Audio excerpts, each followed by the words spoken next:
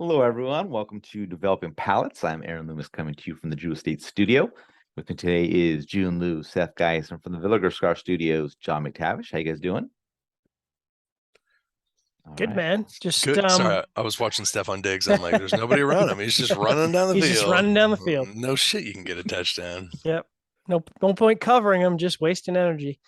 I've been playing with studio layouts to see, what the ideal seating to studio space, ratio is so people can Yeah. come over and smoke. So Nice. yeah, exciting times.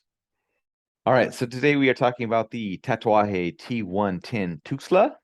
So Rothschild 4 3/8 by 52 comes out of the My Father factory in Nicaragua. Wrapper is Mexican San Andres. Binder is double Nicaraguan. Fillers from Nicaragua. Blended by Pete Johnson. Price point is $10. Cigars released in June of 2022. We picked these Great cigars. price. We picked these cigars up from Blue Smoke of Dallas. So if you are in Dallas, stop into the shop, enjoy a cigar. And if you want, you can always give them a call and they can send you cigars if they have what you have one in stock. So you can do that way too.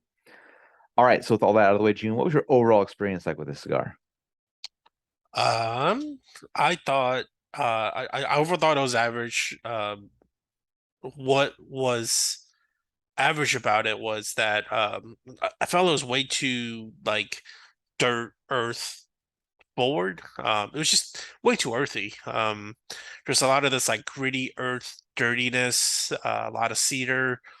There's other, softer flavors, but because it was so earth dominant, it was kind of hard to it was a bit outreach. It was a bit of an outreach to kind of even like taste the other flavors, which ultimately why I thought it was average. All right, Seth, how about you? I thought the first third started out really nice. I got this Mexican hot chocolate, some red pepper. I was getting some like grilled red meat qualities. There's some tobacco and oak.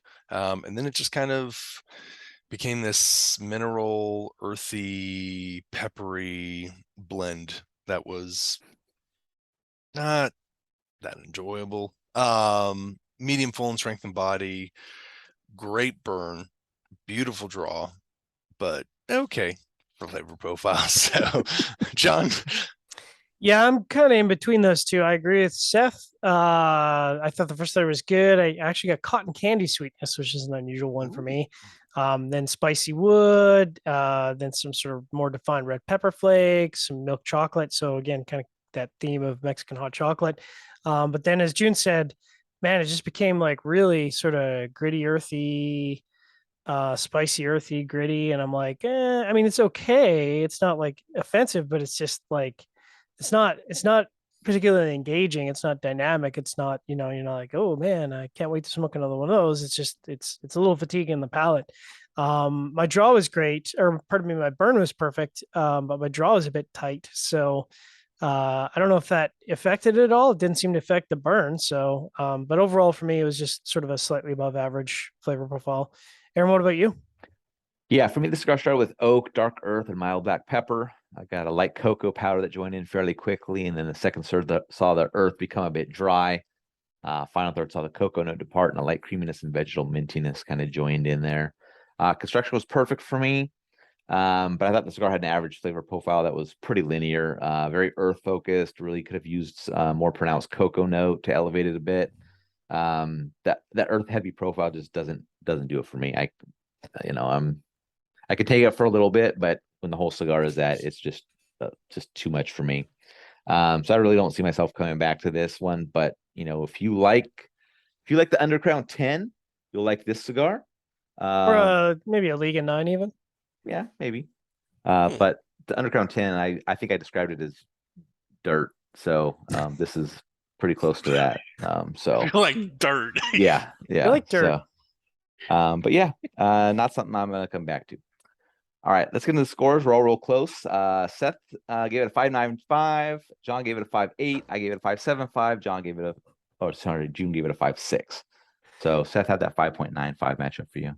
yeah, it sounds about right. I mean, it's just wish it had a little bit more flavors for the cigar, and I'm not going to use the excuse that it's a smaller cigar, blah blah blah, because Pete's done it with other things. It's just I don't think the blend was as poppin', or maybe it's just the wrapper. I don't know what he did, but yeah, 5.95. All right, John, 5.8. Yeah, it's believe it or not, it's actually a little on the low side. I think I would have been up there with Seth. It's just the draw kind of held it back. But yeah, I agree. Pete's got a wide list of tots that I love, and this to me just isn't. It's just not my thing. Like you said, if you like Earth, if you really like Earth, this will probably be a banger for you. But if you don't like Earth, then you find something else from Tatuaje. My 5.75 matches up well. It was the average flavor profile throughout, but it had perfect construction. The picture I showed, I love the way that the cigar looks. The wrapper is like beautiful. It's got that like subtle toothiness to it. It looks great, but it's just that the wrapper looks great, but it's just too. I think that wrapper is just too much for this blend. Maybe this wrapper might be too much for any blend. I don't know where this wrapper came from, but it's got a lot of character and potency to it. So Dragon Pits. It came from the Dragon Pits. all right. Yep. All right, Jiunn, 5.6.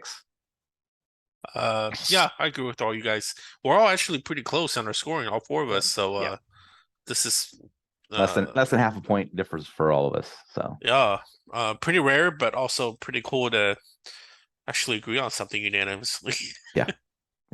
Surprising it had to be a Tatuaje, but right. that's just how it goes. Final thoughts from you guys on this one. It's funny because I have this feeling we're also going to see other Tatuajes on our top 25 list.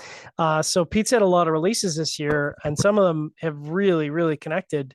I was kind of hoping these Tuxtlas were going to be, because they're kind of in his wheelhouse wrapper wise. But like you said, I don't know what it is. It's just that profile that maybe it's the wrapper was just, a priming too high for this blend. Like it just, yeah. All his wrappers for the Tuxtlas are they all look really good. Actually, Yeah. nice oil sheen to it, Yeah. toothiness. Like they all look really solid. So And the Just bands means they're going to kinda... be beautiful when you collect them and put them in your humidor.